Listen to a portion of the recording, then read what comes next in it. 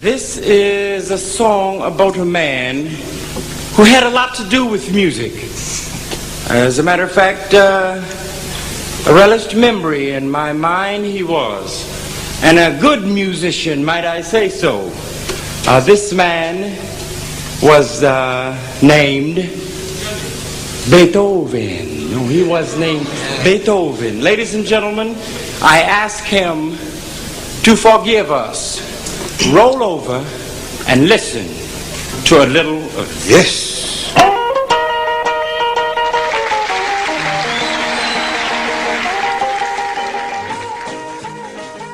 Roll over Beethoven and tell Tchaikovsky the news. That was the significant bit of it. So the lyrics are quite important, the attitude of how it was played, and the audacity of a black guy on top of everything to call out Beethoven, the greatest composer of all time himself, and have the audacity to say something like, roll over Beethoven, now it's time for rock and roll, right? That was quite a significant moment in music.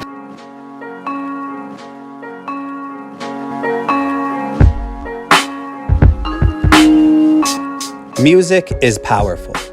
I mean, it's not only a gift from God, but it is of itself of God. You know, in the Bible, angels are often depicted rejoicing and praising God, and they surround the throne of God singing. Of course, you have King David, a man that's described in the book of Acts to be a man after God's own heart, and he was a musician. In fact, David wrote about half or more of the book of Psalms. And the book of Psalms, which, by the way, is the longest book in the Bible, at least in terms of chapters and pages, and the whole book is a book of songs, and so it makes sense for music to be categorized as something spiritual in nature, because it's a force of sorts, It's something that can entrance the mind and the heart. And when applied righteously, that can be a powerful tool, for worship and for growth and edification. But when it's applied sinfully, it becomes a powerful weapon. And that's because music has the ability to transcend ideological lines and moral convictions. Consider the lyrics to something like Kim, by Eminem, or WAP or whatever by Cardi B, or any other obnoxiously sinful song that you can think of. If you were to simply read those same words in text format, just reading it right off the paper, you'd probably cringe and say, what is this crap? And then crinkle it up and toss it in the trash. And if you have any decency, you would probably feel somewhat embarrassed just to even be in the quiet presence of others while reading such perverted literature, But what if instead of asking you to read those lyrics, I were just to lace them into a catchy song, something with a nice melody that you find agreeable. And now you find yourself singing along to those very same words which you would have otherwise been upset by, And let's take it a step further than that. Now you might actually get that catchy melody stuck in your head, and all those dirty lyrics come along with that. So now you're humming those offensive words in your head all day long, because you got the song stuck in your head. I have experienced it firsthand in my own experiences as a musician. This is some footage of my old punk rock band, Annika.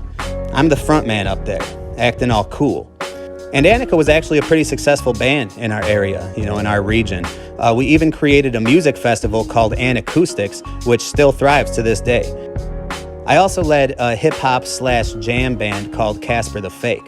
And here's the thumbnail to one of our old songs to kind of give you an idea of where I was at that time. But as you can see, this particular song is nearly at 100,000 views on YouTube. And this song went on to be our most popular song in Casper the Fake because it was used as bumper music for the popular podcast called The Drunken Peasants. In the beginning, there was nothing, and then there was the Drunken Peasants Podcast. A podcast that was popularized largely by its star panelist, TJ, the amazing atheist. And I don't want to tread too far from our topic here, but just let me say that after I became a Christian, my popularity within the Drunken Peasants community became a really interesting thing because I ended up having an opportunity to speak with and to share the gospel with numerous fans who were also ardent atheists, and supporters of the Drunken Peasants podcast. So that was kind of cool. And I will note that they were almost all really nice and respectable people. But anyways, this video isn't about my music career. I just wanted to establish the fact that I have some experience and I have some skin in the game, when it comes to this topic. Of course, everybody has some experience with music, but I mean to say I have experience from the other side of the stage. I've performed songs on stage years after I'd written them, and sometimes after I'd already changed my opinion about the topic of that song, and I'd be singing words that I no longer even meant to crowds of hundreds, many who were singing along with me, pounding their fists in agreement to something I no longer even really felt like anymore. And despite, by the way that I'm describing these former bands, it's not like we were bad. We weren't bad at all from a secular perspective. Actually, both bands would probably be described as positive by comparison to other secular music. But it's just that when God began to soften my heart toward the end of my music career, and I was simultaneously beginning to come under conviction of my sin, my own music and my own legacy started seeming really fake to me. And even though I wrote every lyric from the bottom of my heart, the truth is that my heart was desperately wicked. So therefore, any message I had to give was pretty foolish, And while my lyrics, and whenever my lyrics weren't passionately honest about something, they were attempting to be motivational, But again, I was lost. I was depressed, And I was utterly unqualified to be inspiring anybody else, let alone a screaming crowd of fans. And I remember a distinct phase of time when my live performances, which once were like an opportunity to, spill my heart out and passionately convey feelings to others, and it was this thing I loved. And it slowly turned into kind of an awkward event in which I felt just like a hypocrite that was promoting a lifestyle that I no longer even believed in, And then by the end, I ended up stepping away from my pursuit of being a professional musician. And that happened, pretty much soon after I became a Christian, because once I was forced to reevaluate my message, it became clear that it wasn't the right message to be promoting, And as an artist, I knew for sure how powerful that the message of a song is.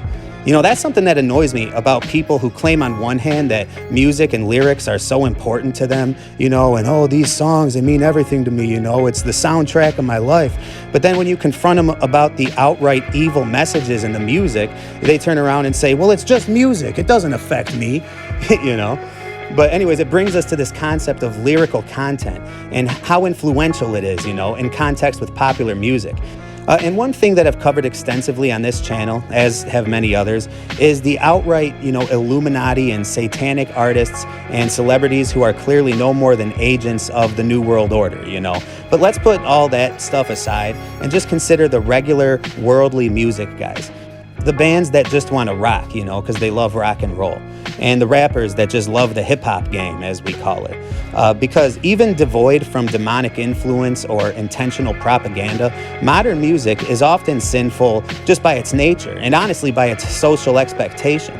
Because if it's not by shock and exploitation, then it's by selfishness, again, in the expectation for what lyrical content should be, with nearly every song centering around the ego of the artist and offering no hope or benefit for the listener, outside the cliche that there's always some inherent virtue in self-expression, but unlike the songs that fill the book of Psalms, songs which honor God and which edify the singer and the listener alike, the music of this world draws our focus toward the inescapable matrix of human emotion, basking in emotions like loneliness or even happiness, or anger and sadness, gratification or desire, romance.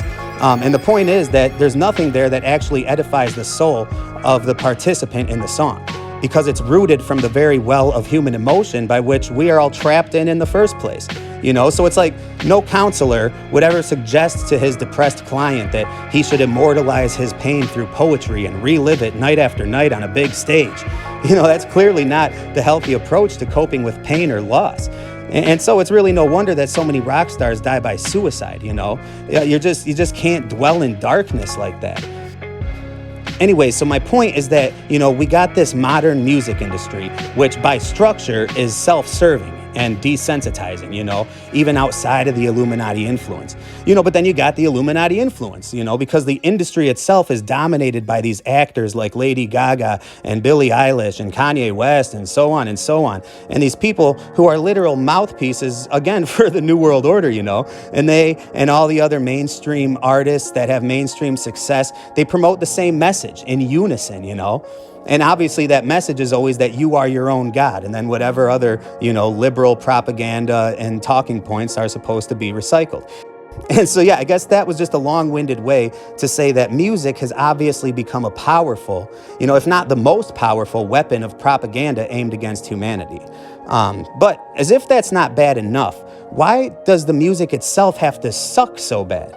That's the real point of this video. Just why is the quality itself of the music degraded so much? I mean, don't get me wrong. I enjoy most styles of music, as you may have gathered by the variety of songs that I use on all my videos, So I still enjoy modern music styles, but there's no doubt that music has been dumbed down, along with everything else. My own songs included. I mean, I'm a guy who has achieved, a very small level of professional success in the music industry, and yet I don't even know how to write music, and I feel like, even some of the best guys out there, I mean, I know there's some dudes that really shred on guitar, and, I can name a long list of very impressive musicians, but the point is, there's no doubt, like, music of today, it's just like the intro to this video, with Chuck Berry and that classic rock and roll song, which definitely bangs, it's a cool song, but roll over Beethoven, because Beethoven, and these classical musicians, these classically trained real musicians of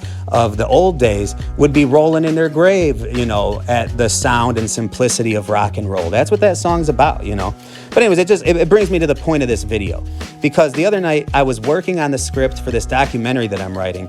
And, sometimes when I'm studying, I just like to listen to some type of instrumental music in the background, something that doesn't distract me with some lyrical narrative or some dude's whining voice, and instead it just accompanies and accommodates my own thought process, It's especially helpful when you share a house with an army of kids under the age of 10, and while old jazz is a preference of mine, I also like classical music. And so I was listening to some classical playlist on Spotify, and one of the classics popped up.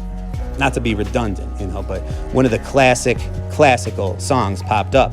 Moonlight Sonata by Ludwig van Beethoven, of course. And if you don't know, Moonlight Sonata contains 3 separate movements. And I just sat there and I listened to the whole thing. It's like 15 minutes long. And I was just listening to it, and I sort of drifted off from the script that I was working on, and I just began to ponder some really deep stuff. It's like the music itself was evoking these deep thoughts, and I was considering the level of talent, and practice and skill that would be required to orchestrate a piece of music like this. Like this Moonlight Sonata by Beethoven, and I was contrasting that against the disposable and corny standard of modern music, with our 4/4 measures and our verse, chorus, bridge, chorus formula, that just gets recycled over and over, and it's just this bubblegum crap, these days. And I began to feel kind of saddened by the prospect of, true music becoming a forgotten relic in the archives of history, only to be replaced by this superficial and egocentric crap that's on the radios today. So I decided that I just wanted to literally post the song Moonlight Sonata by Beethoven for you to listen to. And I'm going to call this a challenge. I'm going to challenge you to listen to it because, like I said, it's 15 minutes. It's one of the most famous classical songs out there. You've probably heard it before. I'm sure you've heard at least the first and third movement. I'm not sure. But yeah, I challenge you to just listen through it. And as you do, just consider everything I just talked about. Consider the state of art today, and the artistic standard and the musical standard that an expectation that we hold as a society for the arts these days. And just, think of the degradation of what's happened as you listen to this beautiful music. And also, I hope that you're just inspired by the brilliance of the music, because unlike the predictable, musical sequences, again, that get recycled over and over that we've become accustomed to, there's something about this old music, this unpredictable element, it's progressive, like the whole song is like, just one progressive, fluid story, instead of just like a little repeating Dr. Seuss poem kind of deal. And some of you might be bored by it, some of you, and feel free to just skip this video right at this point. A lot of you might just be like, listen, man, I'm a grown adult. I've already decided for sure that classical music's not my thing. I'm not interested, or maybe I've already heard this song a million times, then whatever, move along. But for those of you that are interested in taking the challenge, stick around and just listen to this song and watch the little accompanying video I made. And then leave your thoughts in the comments. Let me know what you think about it. And I'm hoping that this will spark some interesting conversation. But at the end of the day, I just enjoyed listening to this song. It gave me these thoughts, and I just wanted to share it with you guys. So here it is.